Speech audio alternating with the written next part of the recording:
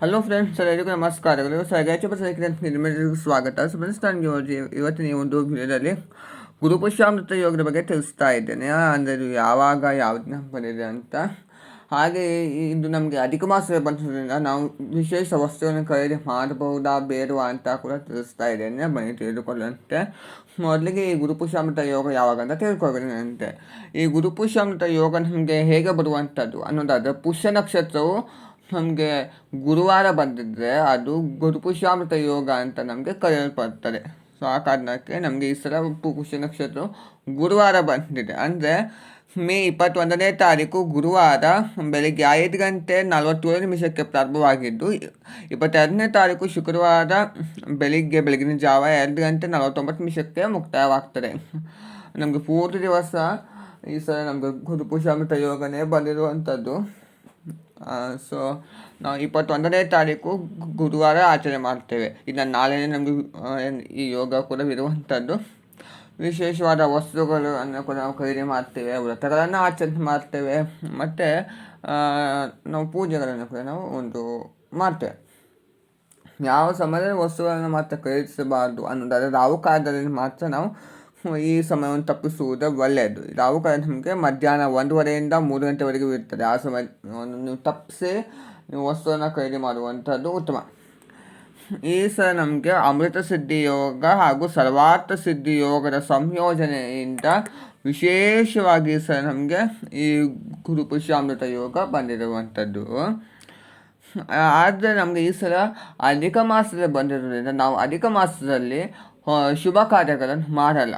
So ಆ ಕಾರಣಕ್ಕೆ ಈ ನಮಗೆ ಗುರುಪುಷ್ಯಾಮೃತ ಯೋಗದಂದು ಕೂಡ ನಾವು ಶುಭ ಕಾರ್ಯಗಳನ್ನು ಮಾಡಬಾರ್ದು. ಬರೀ ನೀವು ವಸ್ತುಗಳನ್ನು ಮಾತ್ರ ನೀವು ಖರೀದಿಸಬಹುದು. ವಸ್ತುಗಳಂದರೆ ಸಣ್ಣ ಪುಟ್ಟದಾದ ಒಂದು ವಸ್ತುಗಳು.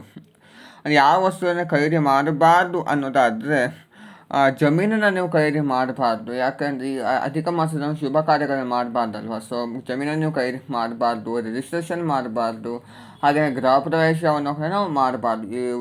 ಈ ಅಧಿಕ ಮಾಸದಲ್ಲಿ ನಾವು ಏನನ್ನು ಕೂಡ ನಾವು ಮಾಡಲೇಬಾರ್ದು. ಹಾಗೆಯೇ ಮದುವೆಗೆ ಸಂಬಂಧಿಸಿದ ವಸ್ತುವನ್ನು ಕೂಡ ನಾವು ಖರೀದಿ ಮಾಡಬಾರ್ದು. ಒಟ್ಟಾರೆ ನಾವು ಗುರುಪುಷ್ಯಾಮೃತ ಯೋಗದಲ್ಲಿ ಮದುವೆಗೆ ಸಂಬಂಧಿಸಿದ ವಸ್ತುಗಳನ್ನು ನಾವು ಯಾವಾಗಲೂ ಯಾವ ಮಾಸದಲ್ಲಿ ಕೂಡ ಆಗಿದ್ದು ನಾವು ಈ ಗುರುಪುಷ್ಯಾಮೃತ ಯೋಗದಲ್ಲಿ ಮಾತ್ರ ನಾವು ಆ ಒಂದು ಕೆಲಸವನ್ನು ನಾವು ಮಾಡಬಾರ್ದು ಅಂತಂದು ನೆನಪಿನಲ್ಲಿ ಇಟ್ಕೋಬೇಕಾಗಿರುತ್ತದೆ. ಹಾಗೆಯೇ ವಿಶೇಷವಾದ ಒಂದು ವಸ್ತುಗಳನ್ನು ಕೂಡ ನೀವು ಐಷಾರಾಮಿ ವಸ್ತುಗಳನ್ನು ಕೂಡ ನೀವು ಖರೀದಿ ಮಾಡಬಾರ್ದು. ಹಾಗೆ ದೊಡ್ಡ ಮಟ್ಟಿಗೆ ಅಲ್ಲಿ ನೀವು ಹೂಡಿಕೆಗಳನ್ನು ಕೂಡ ಮಾಡಬಾರ್ದು. ಪುಟ್ಟದಾಗಿ ಒಂದು ನೀವು ಹೂಡಿಕೆಯನ್ನು ಮಾಡಬಹುದು ಬೇಕಾದರೆ, ಯಾಕೆಂದರೆ ನಾವು ಮಾಡಬೇಕಲ್ವ. ಸೊ ಆ ಕಾರಣಕ್ಕೆ ಆದರೆ ದೊಡ್ಡದಾದ ಮಟ್ಟಿಗೆ ನಾವು ಹೂಡಿಕೆಯನ್ನು ಮಾಡಬಾರ್ದು. ಇದು ನಮಗೆ ಅಧಿಕ ಮಾಸ ಕೂಡ ಆಗಿರುವಂಥದ್ದು. ಚಪ್ಪಲಿಯನ್ನು ಖರೀದಿ ಮಾಡಬಾರ್ದು. ಕಬ್ಬಿಣದ ವಸ್ತು ಹಾಗೆ ಚೂಪಾದ ವಸ್ತುವನ್ನು ಕೂಡ ನಾವು ಖರೀದಿ ಮಾಡಬಾರ್ದು. ಸೊ ಆ ಕಾರಣಕ್ಕೆ ಈ ಸಲ ಬಂದಿರುವಂಥ ಒಂದು ಅಧಿಕ ಮಾಸದಲ್ಲಿ ಈ ಗುರುಪುಷ್ಯಾಮೃತ ಯೋಗ ಬಂದಿರೋದ್ರಿಂದ ತುಂಬ ಮಟ್ಟಿಗೆ ಶುಭ ಕಾರ್ಯಗಳನ್ನು ಕೂಡ ನಾವು ಮಾಡಲ್ಲ. ನೀವು ಬೇಕಾದರೆ ಬೆಳ್ಳಿ ಬಂಗಾರ ಹಾಗೆಯೇ ಒಂದು ಹಿತ್ತಾಳೆ ವಸ್ತುಗಳನ್ನು ಖರೀದಿ ಮಾಡಬಹುದು. ಆದರೆ ನೀವು ಹಿತ್ತಾಳೆ ವಸ್ತುಗಳನ್ನೇ ನೀವು ಖರೀದಿ ಮಾಡುವುದು ಉತ್ತಮ. ಯಾಕೆಂದರೆ ನಾವು ಬೆಳ್ಳಿ ಬಂಗಾರ ಕೂಡ ನಾವು ಖರೀದಿ ಮಾಡುವುದು ಬೇಡ ಅಂತಲೇ ನಾನು ಒಂದು ತಿಳಿಸ್ತೇನೆ. ಹಾಗೆ ಧಾನ್ಯಗಳನ್ನು ಖರೀದಿ ಮಾಡಬಹುದು. ನೀವು ಹಳದಿ ಬಣ್ಣದ ಒಂದು ಸ್ವೀಟ್ಗಳು ಆಗಿರ್ಬೋದು, ಹಾಗೆ ಹಣ್ಣುಗಳು ನಮಗೆ ಬಾಳೆಹಣ್ಣು ಬರ್ತದೆ, ಹಾಗೆ ಕಡಲೆಕಾಳು, ತೊಗರಿ ಕಾಳು ನಾವು ಖರೀದಿ ಮಾಡ್ಬೋದು. ಇದು ನಮಗೆ ಹಳದಿ ಬಣ್ಣದಲ್ಲೇ ನಮಗೆ ಬರುವಂಥದ್ದು. ಒಟ್ಟಾರೆ ನೀವು ಹಳದಿ ಬಣ್ಣದ ವಸ್ತುಗಳನ್ನು ಖರೀದಿ ಮಾಡಬಹುದು. ಹೀಗೆ ನೀವು ಪೂಜೆಗಳನ್ನು ಕೂಡ ಮಾಡ್ತಾ, ವ್ರತಗಳನ್ನು ಕೂಡ ನೀವು ಹೊಸದಾಗಿ ಆಚರಣೆ ಮಾಡ್ತಾ ಈ ಸಲ ಬಂದಿರುವಂಥ ಈ ಗುರುಪುಷ್ಯಾಮೃತ ಯೋಗವನ್ನು ಆಚರಣೆ ಮಾಡಬಹುದು.